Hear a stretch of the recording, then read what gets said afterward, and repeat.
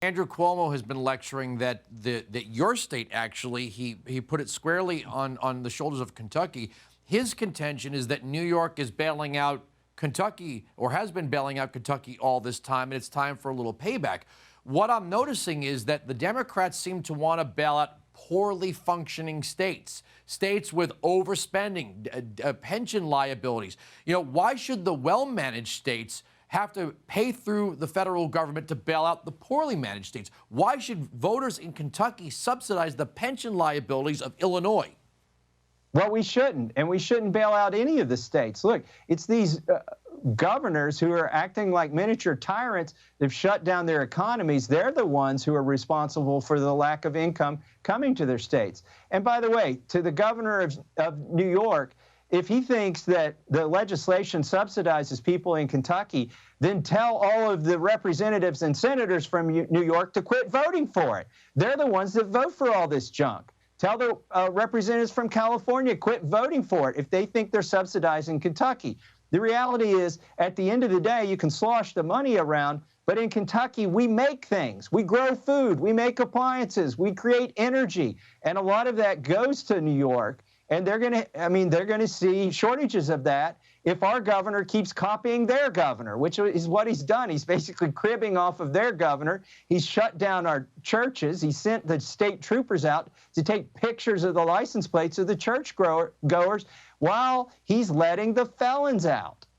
You know, if we could actually get these Democrats to stay on this track, maybe they would start talking about the fair tax or the flat tax or some other reduction in the federal income tax. Because if what they want to do is run their states autonomously, and each of the Democrat governors have said 10th Amendment, all of a sudden they're 10th Amendment, except when they want the money, then maybe they should start agreeing with people like you and your colleague Rand Paul, who say, we tax too much at the federal level. Let's have a flat tax. Let's have a fair tax. Let's reduce the federal burden, and then Andrew Cuomo can tax whatever he wants. The Democrats in New York and California, Oregon, Washington State, Illinois, wherever, Michigan, they could tax to any level they want and spend to any level they want and only have themselves to blame. Well, what they want is to use the federal government's power to print money and to borrow endlessly. But the one thing the states can't do is print money. You know, maybe we should repeal the 16th Amendment and go back to taxing based on the number of citizens in the state. That should make New York and California happy, shouldn't it? But that 16th Amendment is what enabled the IRS, though, to exist. And there's going to be a price to pay. We used to say that our children or our grandchildren were going to be saddled with this debt. I don't think we're going to make it a year or two beyond this year before the roosters come home, the hens come home to roost, or the cows come home, whatever the analogy is. The poo's going to hit the fan, let's use that one, in the next year or two with our monetary policy. Let me ask you this. 30 million people plus have filed for unemployment. They are getting some form of assistance from the government. One of your colleagues, I'm kind of sick of bringing up Alexandria Ocasio-Cortez, but it's the hits that keep on coming. She says people shouldn't go back to these jobs. They shouldn't have to work these jobs to put food on the table. Who do these Democrats think are going to be around to pay the taxes to support all this spending?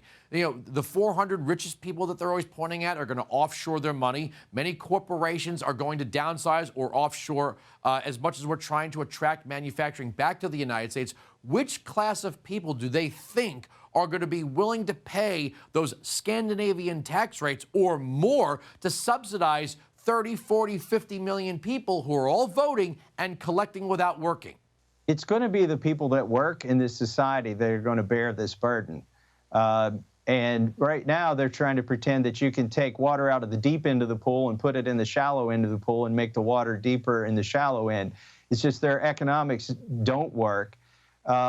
And this is, I mean, there are going to be dire consequences of this. But instead of just blaming AOC, why don't you blame some of my colleagues? I mean, they're ready to rush back to Washington, D.C. for the next tranche of money, the next $2 trillion.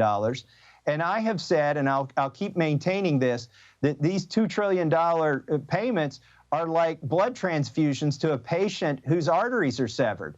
we need to stop the bleeding before we do another blood transfusion. Otherwise, the blood just pours out. Our economy is the patient that I'm talking about, and it's on life support right now. This is something I don't understand. You know, I listen to some Republicans who will tell me up and down and left and right that they are conservative, but you're right. So many of them are ready to vote for another $2 trillion. If we can't get Republicans to stop this, then who's going to stop it? And I understand that Republicans don't control the House of Representatives. Their votes are almost meaningless in the House. Thank God we still have Republicans controlling the Senate, and Mitch McConnell I have a lot of criticism for, but he has said, hold on, let's put the brakes on this. I mean, I don't understand what Republicans are thinking if they're even considering another $2 trillion in stimulus. Well, some of them say we have to do something, and they'll go back home to their town halls and they'll say, well, I had to vote for it because we had to do something, or it had this part that I liked and it had this part I didn't like. And I know people don't like to talk about process reform, but what we've got to get away from are these giant omnibus bills where you do 10 things in one bill. Let's separate the bills and let's vote on them independently. And conservatives, or the people who claim to be conservative, should be arguing for one bill, one topic. That way they don't have to go back home and be ashamed of what they voted for, because they can vote on these bills individually. That's what we need to get back to, but I'm afraid we're going in the other direction. They're just going to throw more things inside of these bills.